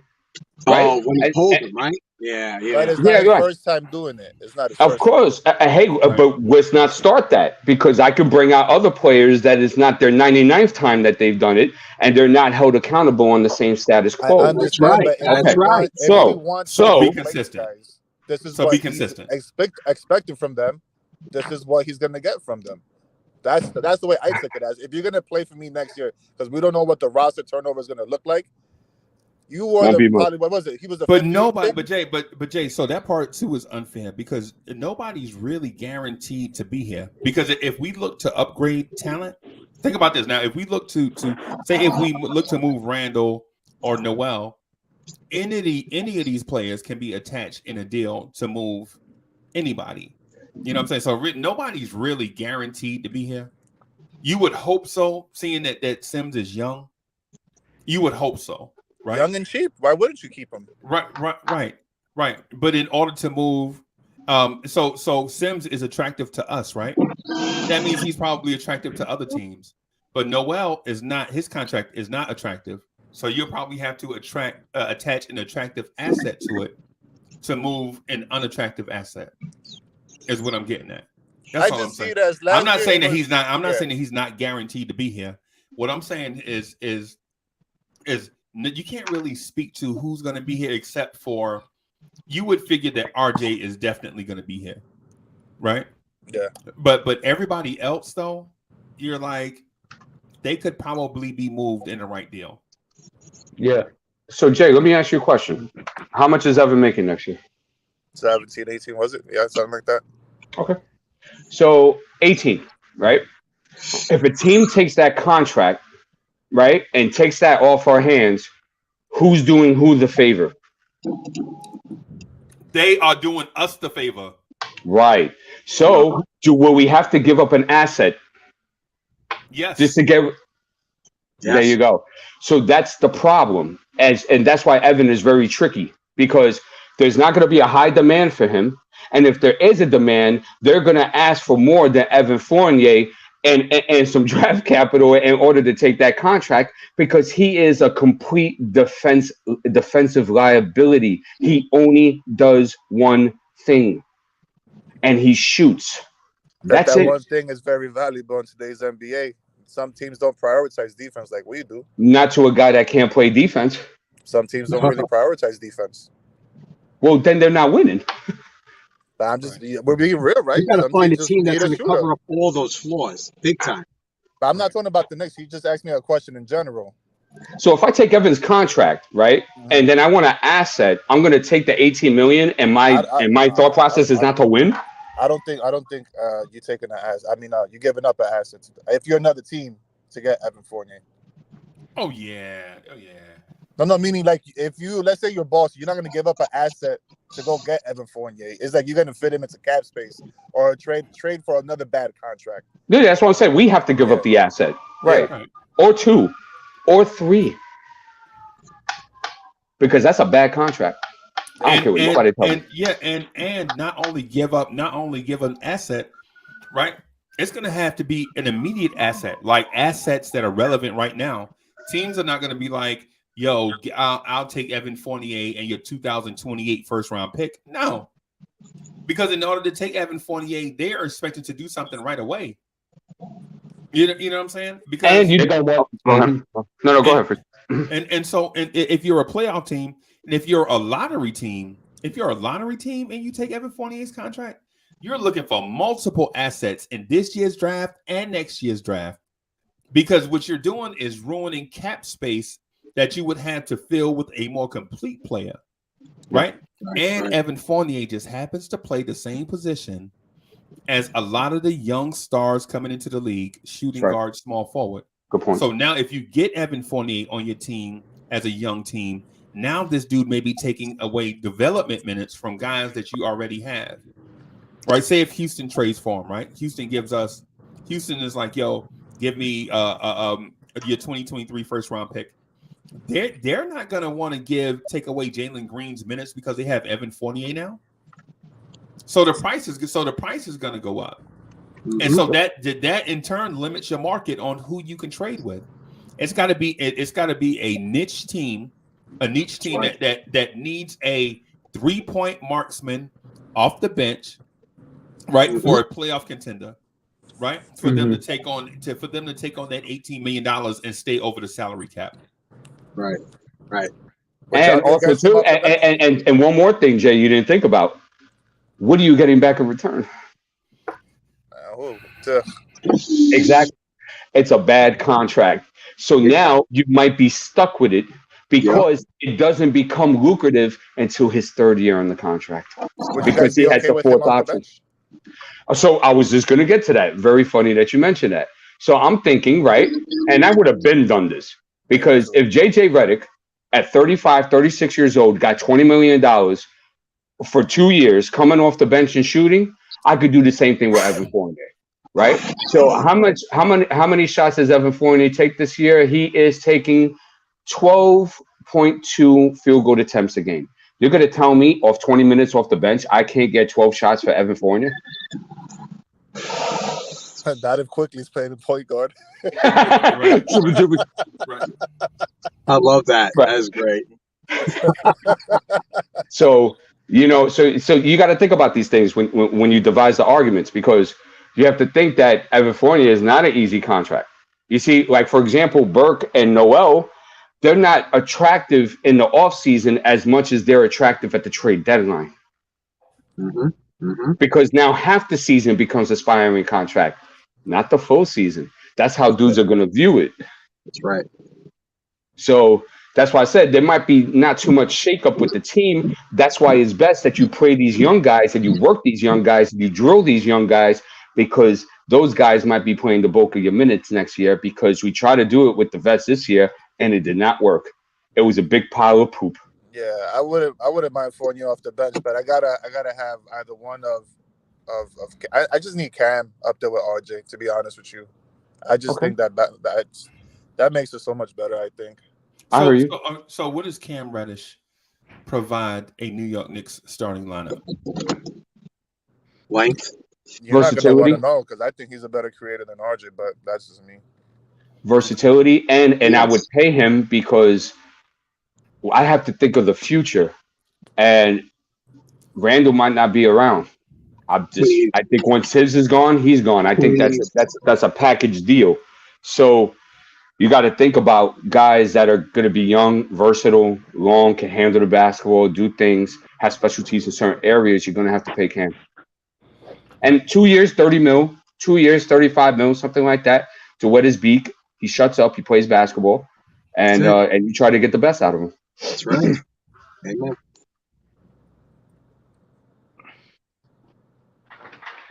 When I made the roster turnover, I was meaning more of like, we need space for Sims or Noel. I think the main guy that really has to go is Burks. He just takes up the positions, the way Tibbs plays him, it just clogs up multiple positions. Point guard, shooting guard, small forward, he could just slot him anywhere. Well, I know I'll get a lot of disagreement for this, but I think it's Tibbs' fault, because I think we'd all be perfectly fine if Evan Fournier was coming off the bench with the second unit playing the three. Yeah. I don't think we'll have a complaint. But it's that contract that just you can't. I don't think it's even the contract so much. I think it's the demand of what's being asked. Right. Guard the best perimeter player. Be our point guard. Yeah, and, can't do it. And Burks is like, okay, I'll try. Yeah, y'all give me 9 mil, I'll do it. And I tell you, you look, the young guys that we got, they're decent players. We got a good core of young guys. You know, we want to see more of them for the rest of the season. Just play and see what we got for the next season. Yeah. And we build with that. We build with that because we do have a decent amount of young guys that play decent basketball. Yeah. It's not the Damian Dotson 2.0. I think we got some decent guys. Yeah. And we can build with them. And also too, look, listen, let's be realistic, guys, and let's really be realistic here. Charlotte is a really bad defensive team. Yeah, we know this. Okay, so it was good for the young guys to go ahead and get out there, have some fun, have 30 assists against a really bad defensive team. Are they going to do it against Miami? If I was a betting man, I'm going to say no. But I am invested in the fact of seeing more of these young guys develop through the fire, especially Miami. I think they're still playing for something because they need to hold that number 1 spot, if I'm not mistaken. Especially after last night, too. That's going to be interesting. Yeah, right. They're only a game and a half up on Philly and Milwaukee and Boston. Boston came out of nowhere and just started destroying everybody. So, Miami is going to play tomorrow night. And so, how the young guys going to respond? They're probably going to get their butt spanked. That's okay. Yes. Obi only had 10 points, 6 rebounds, 5 fouls, 3 turnovers. That's okay. Nice. And listen, it's not okay because it's a loss. It's okay because of the learning experience. Yes. And see, this is the thing this is one of the things that I want to make sure. That's why when we talk about what Obi did yesterday versus what Obi will be in the future, we have to keep things in perspective.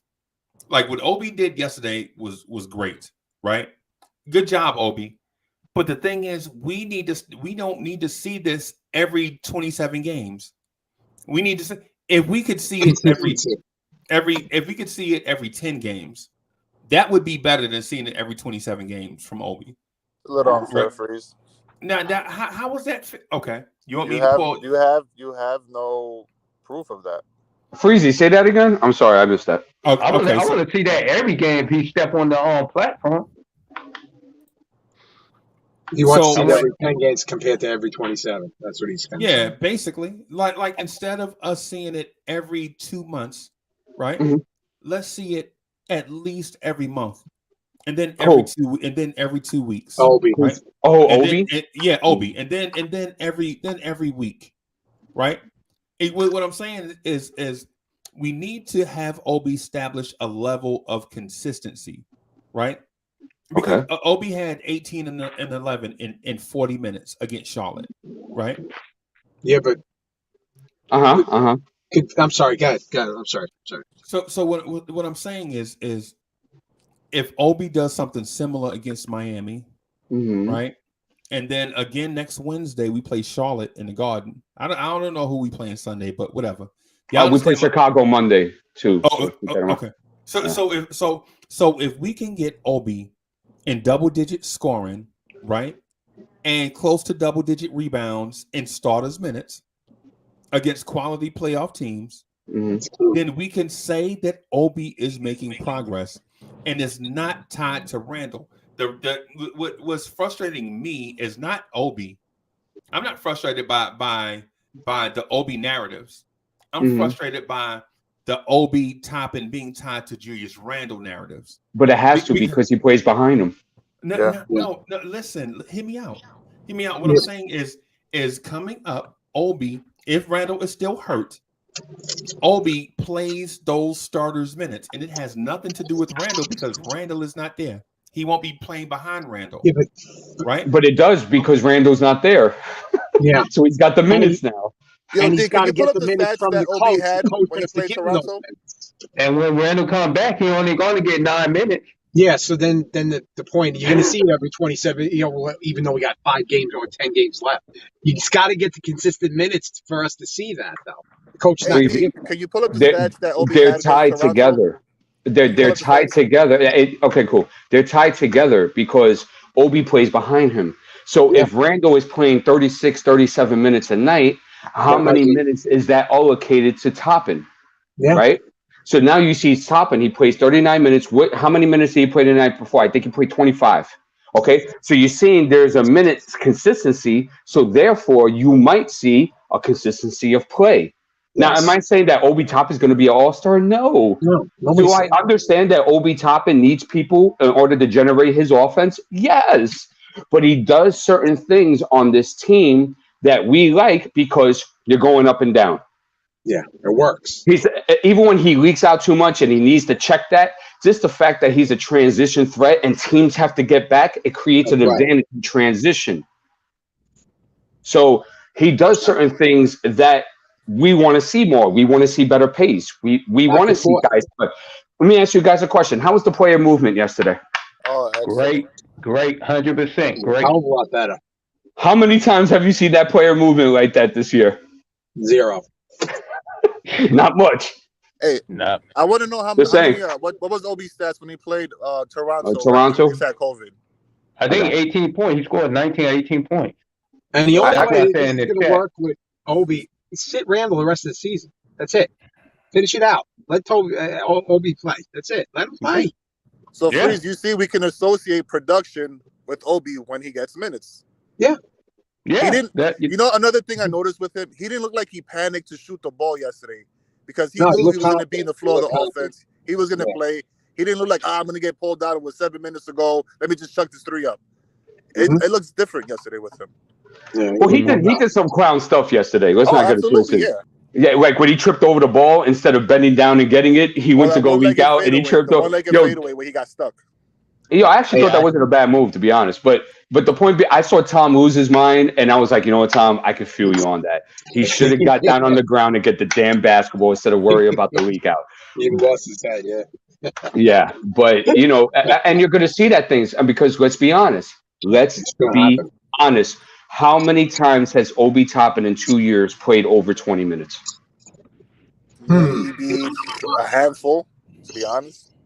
5, 4. Randle was in that pandemic 2 times of COVID thing. And these 2 games. That was 2 games. Yeah. And then last year, don't forget, he didn't get none last year. Forget last year. Right? And then I think earlier this season, he had a 20-minute game against Toronto that he came off the bench. And that's what he had, 20 and 10, I believe, that game, if I'm not mistaken. Protocols and all that stuff, that's what happened.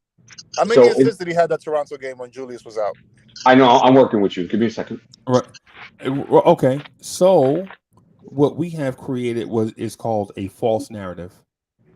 It's a lie.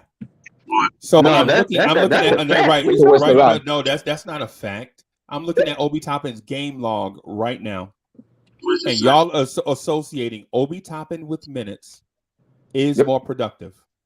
Yeah, that's what y'all said. When you get more minutes, you put that. Come on. Okay. More minutes. I mean, I can do like what D Poetic says. I can go all Gandalf right now and pull up games where Obi Toppin played 20 plus minutes and was not productive.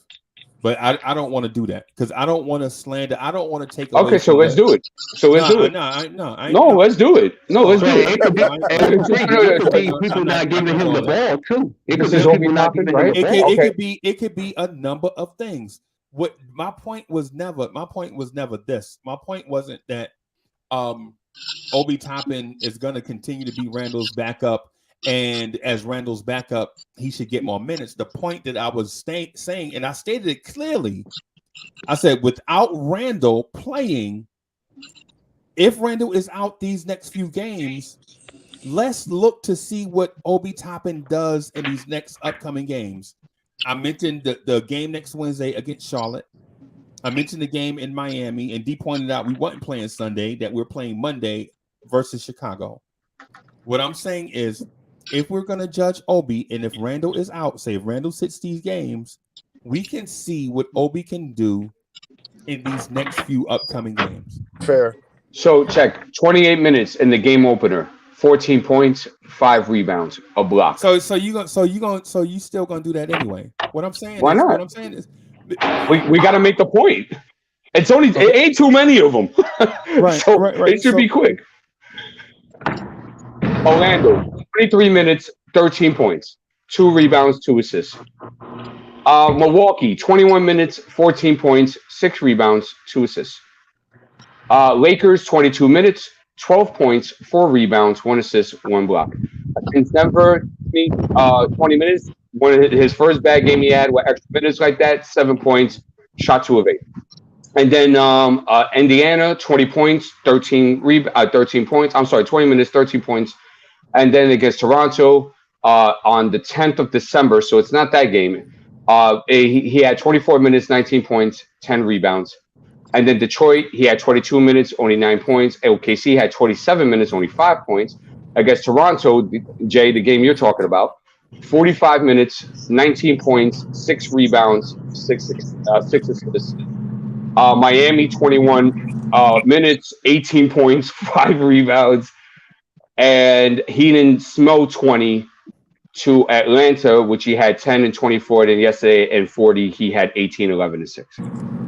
And then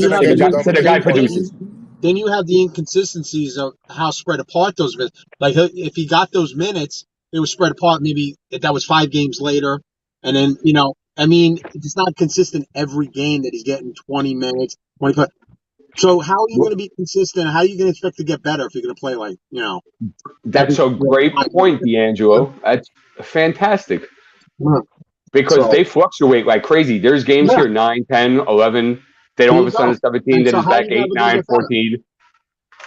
To get that consistency, 18 points with 11, rebounds. So you're not. What we're doing is justifying, right? So we're justifying. So what I said was, okay. Nope.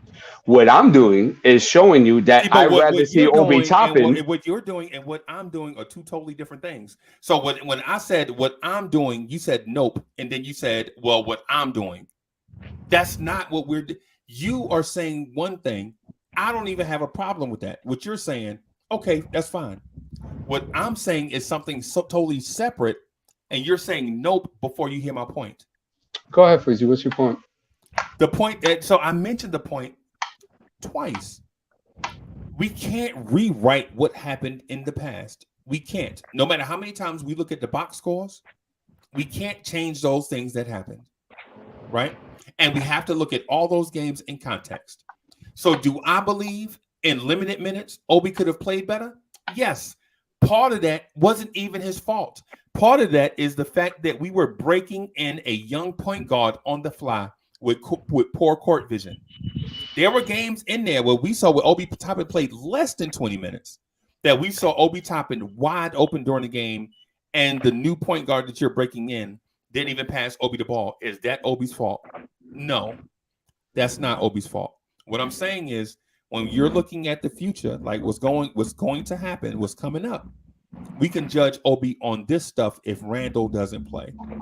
That is how we can be fair to Obi, because we've seen quickly get better as a ball handler and such. We've seen Miles McBride get better. We've seen the team play better without Randle offensively, right? So there's a game Friday, a game Monday, and a game Wednesday. If Randle doesn't play, can we fairly judge Obi Toppin on the upcoming schedule? Is what I'm asking. I heard that already. We can't really judge nobody on the team. You know why? Because we need a point guard. If you think about it, it's going to go round in circle. That's what we need, a point guard, because a point guard will open up everybody's game on the team. Right.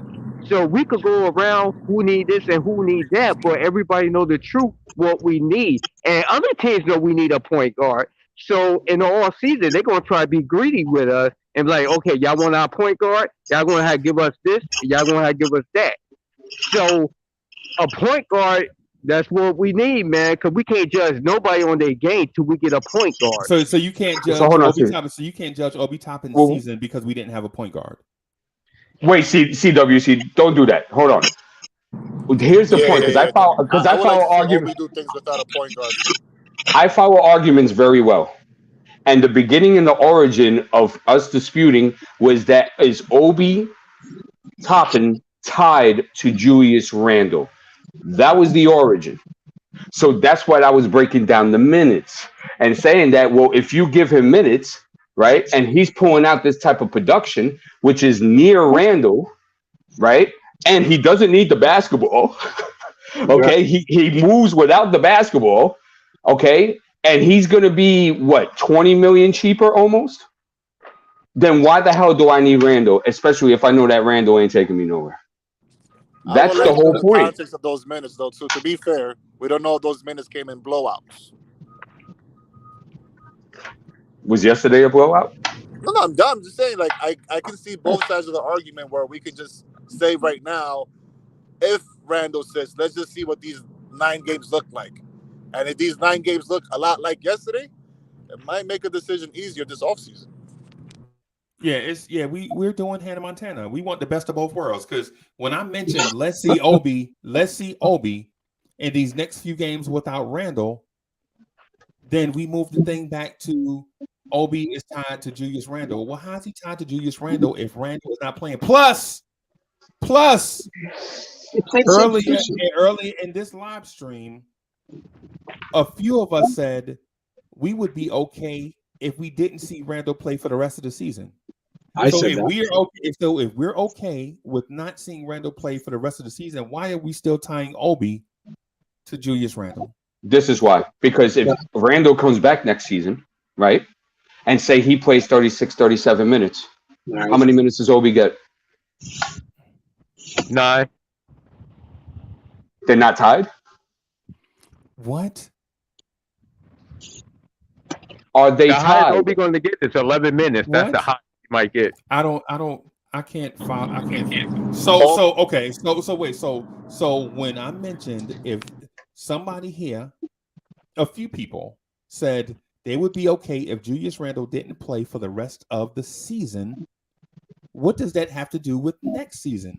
Because if Randle is on your squad and getting 36 to 37 minutes, Obi Toppin will only get 10 to 12 to 13 minutes. Yeah, inconsistencies. But 1 + 1 = 2, bro. Right. Yeah. Right. And you got a 2-year sample size of that Tibbs will not do anything otherwise. Wait a minute. Let me ask this. Let me ask this right, question Jay? again. I just got to ask this question again because clearly there is a misunderstanding here. Because what somebody said was some few people here said they would be okay with Julius Randle not playing the rest of this season. I said that, yeah. Right? Yeah, that'd be cool. And then there is a projection to next season. Next season has nothing to do with the remainder of this season. Well, if they're going to bring everything back the same way with this front office that they're a ghost, we don't know what they're going to do. They can bring back the same way, and then we're talking about the same thing from this season into next season. what we say, Uncle Freezy, if they don't move Randle next season, right? If they don't move him, it's just going to be the same old thing with Toppin.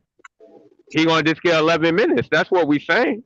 And Randle going to be playing 37 minutes again. So One why of them not gotta just, so go. okay. And so if that's the line of thinking, then why even play Obi this season? Why not just sit Randle and Obi if the result is going to be the same next season? If Just sit Obi Randle doesn't and go, Obi. Because he's an eighth Freezy, draft you know how pick. they Because he's go. an eighth. No. Because he's an Nah, eighth just draft pick that you invested on, and you have to see what he could do. Because if you don't plan on keeping him, you have to be able to shop him. And it So- ain't so- working with Randle. So with that said, you're saying play Obi to see what you have for the remainder of the season without Randle, right? No, he gets minutes. No, what I'm saying is that seeing Obi Toppin's trajectory, right? This is a trajectory. Seeing his trajectory and me knowing that Julius Randle is not going to bring me anywhere that's going to be fulfilling and promising, why not just go with Obi? Yeah. Does Julius Randle play better defense than Obi Toppin? Because they both suck. Especially this year. He has played horrible defense. Randle. Oh, Randle rebounds better? Randle Okay, wants cool. to. He can defend. Yeah, Randle could defend if he want to. When he feels like it. When Yes. when he feels like it. I see him play good defense at one point in time. That one point in time.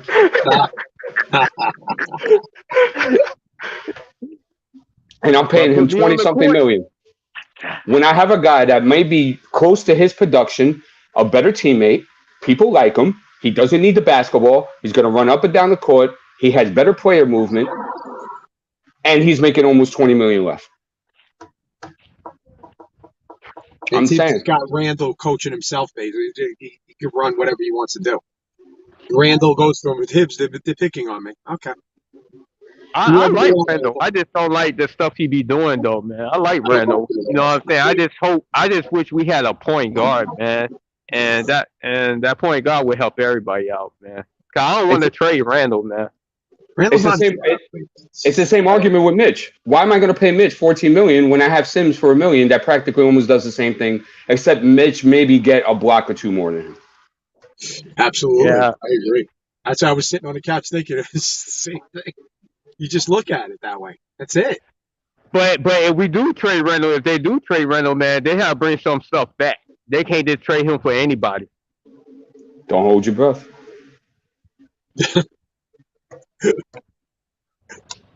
What do you think, Freezy? Go ahead. I can see it. See that look on your face.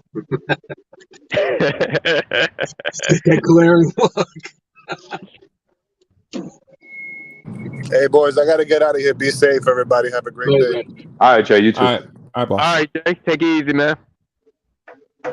But you don't understand that, Freezy? We ever saying with that minutes thing? Like with the whole thing, with the Randle thing, him getting too much play, and him getting 9 or 8 minutes to Obi, and then we can't see. I mean, we have something that we could base it off. If Randle sat the rest of the season, we could see Obi getting the solid minutes and seeing what he is, and then we could think about next season. And see where we go from there. And then you have to think about the front office. Just let the young guys play. Just let them play. Just play out. If we ain't making a play in and we ain't winning no championship, let them play, man. All I cares, want. If man? we lose, that's it. Well, we get I don't care if Brian made 10 mistakes on the court. Let them play. Wait a minute. So you're saying you'd be okay with Randle sitting for the rest of the season? Oh, you damn right. You asked me that twice. And you'd be okay with Obi Toppin getting the starters minutes at power forward? Why not? Yeah. Why not? Why you not? have a problem with that, Freezy? No, I don't have a problem. No, I don't. Yeah, you do. No, I don't. What I can't figure out is when I said that, when I asked y'all about that, y'all argued for 30 minutes. What? And I brought clear examples, bro. In a misdirection. In a misdirection, right? It was a clear misdirection. Right? Clear examples were given. This is what you did with the box you score. could accept it or not accept it, but the truth was given. That's right. Because what you did was not totally fair to the discussion, because what you did was you said in this 20-minute game, Obi Toppin did such and such. And then in this 20-minute game, he had a bad game where he did such and such. Yeah. You didn't say in this game, in this game, in this game. You clearly pointed out. I mean, you want to go through 75 games? I mean, I was just bringing up the fact of him playing over 20. Again, that's not what I see. We argued more than he got playing time. Anyway. Y'all right. Look, man, it's not about being right. It's just the truth of the matter. No, it isn't. It's the truth of the matter, because of the fact is that you're going to judge. If you're going to ask a question and you're going to say, how are they tied? I'm going to tell you minutes. And they play the same position because he plays right behind him. That's how they're tied. Well, how do you know he's going to be productive? Well, let me spit a hypothesis to you. And these 20 games, right? I mean, no, my bad. In these 7 or 9 games that he played over 20 minutes, right? 70% of them, he was productive. Yeah, good point. So where am I misdirecting here? So now he can't get 25 minutes because he plays behind a guy called Julius Randle that plays 36 to 37 minutes per night. That makes $117 million for the next 5 games. You're not going to say that. And sometimes if Obi get minutes, Randle be on the court too. Just give him a little extra minutes. And it's plenty of times Tibbs pulls him out when we say, why did Tibbs pull him out of the game? Give him the extra 8 more minutes maybe and see what we got with Toppin. And also, too, look, listen, I'll be the first to say it. If I was Toppin this summer, I would have worked on my defense better. I would have put myself in a chair. I would have worked on my corner shooting. I would have had a better ball handle. I would have had better feet so I could play 3 or the 5. Because that's his fault for doing that. Because he should already knew he was going to be strapped up behind Randle, especially the season that Randle had yesterday, and especially he just got signed to a new contract. So we know that. Obi is wrong for that, and Obi should be held accountable for that. But for you to say that they're not tied together as to Obi seeing what he can do, knowing that he's limited and he can only possibly play the 4 in this league, come on, man. And Obi so for one, I did not say that again, and this will be the 4th time I said it. What I said was, with Randle possibly being out over the next handful of games, Friday in Miami, Wednesday in Charlotte, and D Poetic said, not Sunday's game. They don't play Sunday. They play Monday versus Chicago. That's what D Poetic said, right?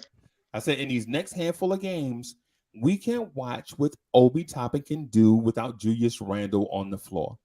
That is what I said. I said it 4 times. That's the 4th time. It is the 5th time. And I said, and you can say it 500 times. That's not what I'm arguing. So, but that is what I said, not anything else that you guys are trying to attach to me. If you have a point that you want to make your point. You don't have to attach it to me. Angelo and CWC. That Freezy did not say that how are Julius Randle and Obi Toppin tied together. Did he not say that? Yeah, you did say that, Freezy. That's what I'm arguing. All right. Hey, thank y'all for I love you, Freezy. All right. Goodbye. Goodbye, y'all. Goodbye.